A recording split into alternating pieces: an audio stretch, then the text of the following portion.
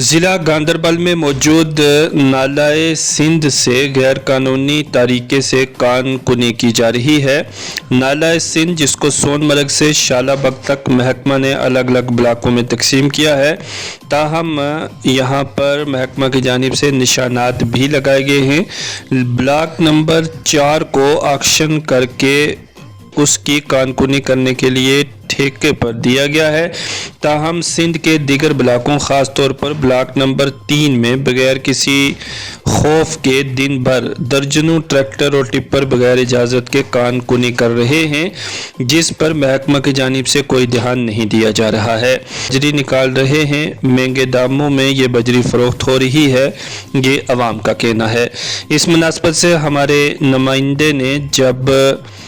وہاں منی سیکٹریٹ میں قائم محکمہ جیولوجی اینڈ مائننگ کے انچارج ڈسٹرکٹ منرل افسر محمد سلیم سے رابطہ کیا تو انہوں نے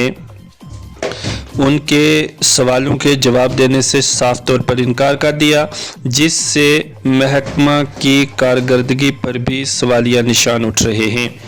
واضح رہے کہ محکمہ جیولوجی اینڈ مائننگ پہلے ہی اینٹی کرپشن بیورو کے ریڈار پر ہے اور یہاں تعینات ایک سابقہ ڈی ایم او کی بھی گرفتاری اے سی بی کے ہاتھوں ہوئی ہے، جس کی تحقیقات ابھی بھی جاری ہے۔